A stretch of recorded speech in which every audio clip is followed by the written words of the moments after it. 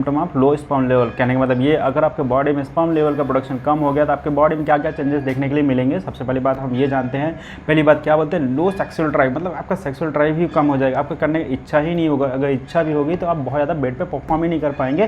कहने का मतलब ये, जहाँ 10 से 15 मिनट होना चाहिए वहाँ से 1-2 मिनट में आपका ढेर हो जाएंगे। तो कहने का मतलब आप धराशायी हो जाएंगे, तो आप लो सेक्सुअल ड्राइव हो जाएगा। दूसरी बात हम क्या बोलते हैं, आपका मस्कुलर स्ट्रेंथ बहुत ज़्यादा कम हो जाएगा। बोलते हैं ना कि जो भी जिम में जाते हैं, जो बॉडी बिल्डअप करते हैं, जो आपको कोई परफॉर्मेंस वगैरह देना रहा है, स्टेज परफॉर्मेंस देना रहेगा, तो उनको कोच क्या बोलते हैं कि सेक्सुअली इन्वॉल्व नहीं होने के लिए 8 से 10 दिन। कहने का मतलब ये कि बहुत ज़्यादा आप मास्टरबेशन करेंगे तो उससे क्या होगा, आपका sexual drive, in fact muscular strength भी बहुत ज़्यादा कम हो जाए। अब हम तीसरे टॉपिक पर बात करेंगे जिसका नाम है मूड स्विंग। कहने का मतलब स्ट्रेस, डिप्रेशन। अगर आपके अंदर स्पर्म का प्रोडक्शन कम हो गया तो आप देखेंगे अपने आप को ही पाएंगे, आप दिन भर आपको तो चिड़चिड़ापन लगेगा, आपको गुस्सापन बढ़ जाएगा आपके बॉडी में। इनफैक्ट यही नहीं कि आप ना अकेले थोड़ा एकांत में बैठना चाहेंगे, आपको स्ट्रेस जैसा लगेगा, इंसोम्निया, रात को नींद वगैरह भी नहीं आएगा। इसके लिए ये भी किसका कारण है, आपके बॉडी में स्पर्म लेवल कम हो गया तो इसके ये भी कारण है। ठीक है, अब हम जानेंगे इसके बाद क्या होगा। मूड स्विंग हो गया, अब हम जानेंगे बोन की डिफॉर्मिटी के बारे में। ठीक है, अगर आपका कमर दर्द हो रहा है, घुटना दर्द हो रहा है, ठीक है, तो उसके लिए भी कौन रिस्पॉन्सिबल है,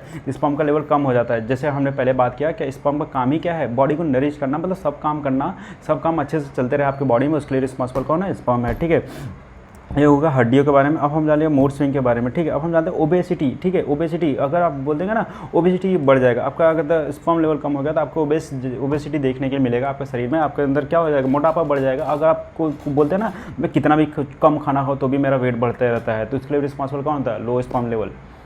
हम बात करते हैं नेक्स्ट टॉपिक में जिसको बोलते हैं हेयर फॉल। देखो स्पर्म का, देखो शुक्र का, अस्थि मज्जा शुक्र। देखो आयुर्वेद में क्या बोला गया है कि रस, कोई भी चीज़ आप खाना खाते हैं, देखो सबसे पहले क्या बनता है, रस, रक्त, मांस, मेद, अस्थि मज्जा शुक्र। ठीक है, अस्थि बनता है मतलब कि हड्डी बनता है। देखो हड्डी अगर आपका डिफॉर्म हो गई, मतलब आपके कैल्शियम लेवल डिफॉर्म हो गया तो आपके क्या होगा कि आपका नाखून और क्या बोलते हैं बाल, ठीक है, क्योंकि अस्थि का ही मल बहा गया, कहा गया है आयुर्वेद में कि अस्थि से ही अफेक्ट होती है, मतलब हड्डी से ही इफेक्ट होती है आपका बल, ये बाल, आपके नाखून। ठीक है, अगर हड्डियों में कमजोरी वगैरह आ गई, डिफॉर्मिटी वगैरह आ गया तो आपका बाल भी आपका हेल्दी नहीं रहेगा, बाल में ग्रेइंग हो सकता है, थिनिंग हो सकता है, इनफैक्ट हेयर फॉल हो सकता है। ठीक है, ये हो गया उससे कॉज। ठीक है, आपके हड्डियों में भी आपका दुखना स्टार्ट हो जाएगा, घुटने दुखेंगे, आपको पैर दुखेंगे, बोलते कमर दुखेंगे। अगर आपको क्या होगा, बोलते हैं ना कि ये हो सकता है, क्या बोलते हैं, लो कैल्शियम लेवल की वजह से क्या ऑस्टियोपोरोसिस, अगर एक्सरे वगैरह निकालेंगे तो आपके बॉडी में क्या ऑस्टियोपोरोसिस वगैरह देखने के लिए मिलेगा। ठीक है, ये हो गया कि उसके